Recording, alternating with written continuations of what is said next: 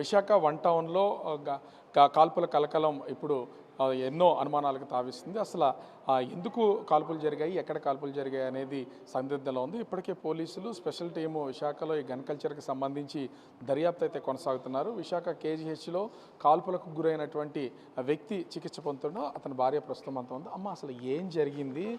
మీ ఆయన ఏం చేస్తారు? సార్, మా ఆయన కార్ డ్రైవర్ సార్. మా ఆయన కార్కి వెళ్ళేవాడు. ఇలాగా నాయుడు అని అతను పరిచయం అయ్యాడు. నాయుడు అని పరిచయం అయిన తర్వాత ఏంచి ఇలాగ ఆ బాబు కూడా కార్ డ్రైవింగ్కి వెళ్ళేవాడు. కార్ డ్రైవింగ్కి వెళ్ళిన తర్వాత ఆ బాబు ఒక పోలీసు అయ్యి ఒక దొంగ కింద ప్రయత్నించేశాడు సార్. ఎవరమ్మా అంటే నాయుడు పోలీసా? నాయుడే పోలీస్ సార్. నాయుడే పోలీస్ అయినాడు. ఒక దొంగ కింద విధంగా అయ్యాడు సార్. దొంగతనం చేసుకుంటూ బతుకుతున్నాడు. దొంగతనం చేస్తూ కాక మా ఆయన అయితే ఎక్కడైతే అన్నీ చెప్పేస్తాడని మా ఆయన్ని ఇలాగా 10 మంది కుర్రోళ్ళతోని ఒకసారి బీర్ బాటిల్తో కొట్టించాడు సార్. ఇప్పుడు నోకరాజు అనే అబ్బాయితో కత్తితో పొడిపించాడు సార్. కత్తితో పొడిపించినాడు. ఏమైనా 20 లక్షలు ఇచ్చి చంపిస్తానన్నాడు సార్. 20 లక్షలు నా పిల్లలకి నాకు ఏంటి సార్? అసలు ఎందుకు ఇంత పగ పెట్టాడో నాకైతే తెలియదు సార్. గన్నతో ఎప్పుడు కాల్చారమ్మా? రాత్రి 11 గంటలకు మా ఆయన బయటికి వెళ్ళాడు సార్. ఇడ్లీ తానానికి మా పిల్లడికి ఇడ్లీ తానానికి వెళ్ళాడు సార్. 11 గంటలకు వెళ్ళిన మనిషి బయటికి వెళ్ళిన మనిషికి రాలేదు సార్. బయటికి వెళ్ళిన మనిషి రాకపోతే ఎవరో అబ్బాయి వచ్చి మమ్మల్ని వచ్చి లేపాడు సార్. మమ్మల్ని వచ్చి లేపి రాబోడికి మా ఆయన నుంచి కేజెస్లో పడున్నాడు సార్.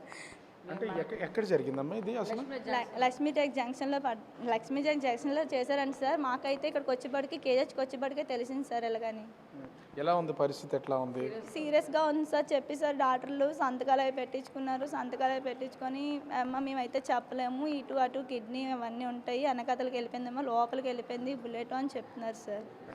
మీ ఆయనకి ఇతనికి ఎప్పటి నుంచి సంబంధం ఉందమ్మా? స్నేహం సంబంధం 1 టౌన్కి వచ్చారు సార్. నాకైతే పెళ్ళి అవ్వలేదు. 1 టౌన్కి వచ్చిన తర్వాత పెళ్ళి అయిన తర్వాత నేనైతే ఆ బాబు ఏంచి ఎలా చేయాలనుకున్నాడో తెలియదు సార్. మాకైతే తెలీదు. అసలు ఏం చెబుతాను అనుకున్నాడో అయితే నాకైతే తెలియదు సార్. మా ఆయన కావాలని చంపేస్తున్నారు సార్. మా ఆయన ఎందుకు చంపుతున్నారు నాకైతే తెలీదు. మా పిల్లలు అసలు నా అవసరం కంపంగా వేసుకుంటాడు. అసలు మా ఆయన మీద ఎందుకు ఇంత పగలున్నాయో నాకైతే తెలియదు సార్. ఈ పగలన్నీ కావాలని ఇవన్నీ చేయాలంటే ఆ బాబు చేసిన మూమెంట్లన్నీ చెప్పేశాడని ఇప్పుడు మా ఆయన మీద పగలు సార్. అంటే మీ ఆయన కూడా ఏమైనా దొంగతనం చేశాడనే ఉద్దేశంతో ఈ విధంగా కాల్ చేశారా? లేకపోతే ఆదేశాలన్నీ పోలీసులు చెప్పేశారు సార్. పోలీసులు చెప్పేస్తే ఆ బాబుని సస్పెన్స్ కూడా చేశారు సార్. సస్పెండ్ చేశారని ఆ పగతోని ఇప్పుడు ఈ నోకరాజు అనే అబ్బాయితోని పగతోని చేయించారు సార్. ఎవరెవరమ్మా అసలు? అంటే మీకు తెలుసుగా, మీరు మీ అబ్బాయి అనుకుంటా కదా అది గాయాలైనటువంటి అబ్బాయి. అంటే ఎవరెవరితో స్నేహం ఉంది అసలు? ఆ రోడ్డు మీద జరిగిన విషయాలు మా అబ్బాయి మాకు ఇంటి దాకా తాడండి. Constable Naidu, juice shop Naidu, నౌకరాజు, ఇప్పుడు ఆడ పేరు షూట్ చేసిన నౌకరాజు కదా ఆడు, ఇంకోటి పేరేంటి మధు, ఇంకా 3 ఉన్నారు. మొత్తం 10 మంది బ్యాచ్ చేయండి. నా కొడుకుని మొన్నోసారి ఉగాదికి ముందు బీరు బాటిల్తో కొట్టేశారు. స్టేషన్కి వెళ్ళి కంప్లైంట్ ఇచ్చాం. మిల్లి రాజీ అయిపోయితే నన్ను స్టేషన్కి రానలేదు మా అబ్బాయి. అలా ఏం మాట్లాడుకో రాజీ అయిపోయారు తెలియదు. రాత్రి టిఫిన్కి వెళ్ళిన పిల్లల్ని అడ్డుకొని షూట్ చేశారండి. అంటే చంపేస్తాడనే అనుమానాలు ఏమైనా ఉన్నాయా? అంటే ఏదో అంటున్నారు ఇందాక మీరు. వాళ్ళు చంపేస్తాను అంటున్నారు. కుర్రోళ్ళకి 20 లక్షలు ఇచ్చి మ్యాగ్నెట్ కూడా చంపేయని అన్నారంట. మా అబ్బాయిని చంపేమని కానిస్టేబుల్ నాయుడు నౌకరాజుని కుర్రోడు పంపించాడు డబ్బు ఇచ్చి. పేటలో ఉన్న కుర్రోడు మేము చంపి వేసినాక ఆ కుర్రాలు అన్నప్పుడు ఇందాక వచ్చి చెప్తే తెలిసింది. నాకు ఇంతవరకు తెలియదు. అలాగైతే నా కొడుకుని బయటకు వెళ్ళిపోదురు. టిఫిన్ తానందుకు వెళ్ళాను. అలా ఇప్పుడు కాపలా కాస్తున్నారు నాకు తెలియదు బాబు. షూట్ చేసి ఎప్పుడు సరే కూడా మాకు తెలియదు. కేహెచ్కి వచ్చాక తెలిసింది ఇది జరిగింది. హాస్పిటల్లో జాయిన్ చేసిన తర్వాత మీకు చెప్పారా ఈ విషయం? వాళ్ళ ఫ్రెండ్స్ ఉంటారు కదా, మా మేనేజర్ మా రాజేష్ వాళ్ళ ఫ్రెండ్స్ మా ఇంటికి వచ్చి తెలుపు కొట్టి మీ అబ్బాయిని షూట్ చేసి పారేసారే, బేగా హాస్పిటల్ రా అంటే వాళ్ళ హాస్పిటల్ తీసుకొని జాయిన్ చేస్తారు. అప్పటికి నన్ను తీసుకొని వచ్చారు మా ఇద్దరిని. మీరేమన్నా మీ హస్బెండ్ని చూసారా ఇప్పటి వరకు? అసలు ఏమైనా చూడలేదా సార్? ఇందాక చూసాను సార్. ఇప్పుడైతే లోపలికి ఆపరేషన్ తీసుకెళ్ళిన తర్వాత ఇంకా ఏం తీసుకొని రాలేదు సార్. అసలు ఏం చెప్పలేదు కూడా. కాల్చిన ప్లేస్లో గాయం అవడమేనా? ఒంటి మీద ఎక్కడన్నా గొడవ పడడం, కొట్లాడుకోవడం ఇట్లాంటివి ఏమైనా గాయాలు ఉన్నాయి? లేదు సార్, ఇక్కడే ఉంది సార్ కరెక్ట్గా. ముందు పేచీలు వేసుకున్నారండి. నా అబ్బాయి ఇంకో అబ్బాయి చూసినోడు ఉన్నాడు, నరేష్ అన్న అబ్బాయి ఉన్నాడు. పేచీలు వేసుకున్నారంట. ఆడేమో కత్తిసంటే ఇటు పొడిచడానికి, ఈడేమో బీర్ బాటిల్స్ కొట్టాడండి మా వాడు.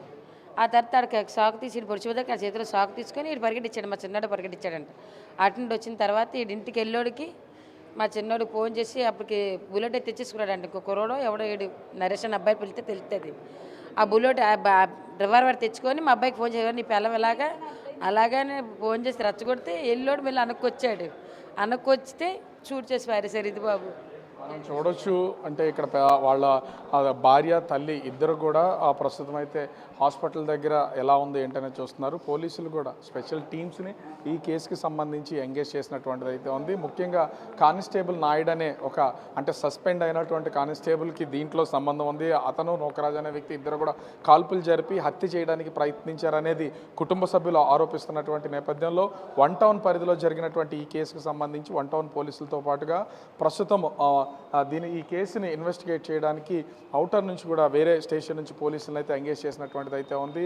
ప్రస్తుతం ఎమర్జెన్సీ ఆపరేషన్ థియేటర్కి సంబంధించి లోపల ఈ సంబంధించి లోపల రాజేష్ని లోపలైతే ఉంచినటువంటి పరిస్థితి అయితే కనిపిస్తుంది. సో రాజేష్ పరిస్థితి కొంత విషమంగా ఉంది. ఎందుకంటే బుల్లెట్స్ కడుపులో వెళ్ళాయి కాబట్టి మొత్తం అంతా కూడా కిడ్నీస్ అక్కడ ఉన్నటువంటి పార్ట్స్ అన్నీ కూడా ఇబ్బందిగా ఉందనేది వైద్యులు చెప్తున్నారు. ఎలా ఉంది ఏంటనేది తెలియదు. పోలీసులు అయితే ఇన్వెస్టిగేషన్ చేస్తూ మొత్తం కేసుకు సంబంధించినటువంటి వివరాలన్నింటినీ కూడా నమోదు చేస్తున్నటువంటి పరిస్థితి అయితే ఉంది. విశాఖకు సంబంధించి ముఖ్యంగా నాటు తుపాకీల కలకలం అనేది ఇప్పుడు చర్చనీయాంశంగా మారినటువంటిది అయితే ఉంది.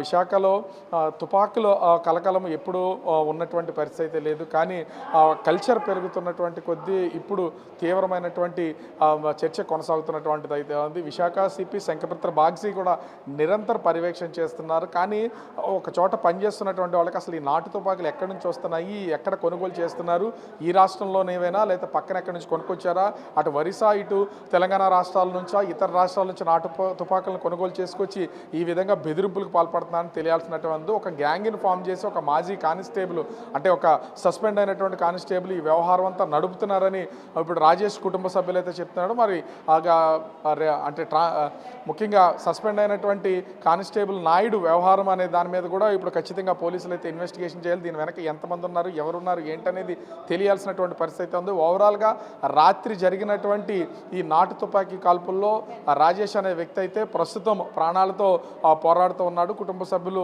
అతను సురక్షితంగా రావాలని కోరుకుంటున్నారు. పోలీసులు మరోపక్క ఈ కేసుకు సంబంధించి పూర్తి స్థాయిలో విచారణ అయితే చేస్తున్నటువంటి పరిస్థితి కనిపిస్తుంది. కెమెరామెన్ అజయ్తో రాజు, బిగ్ టీవీ, విశాఖపట్నం.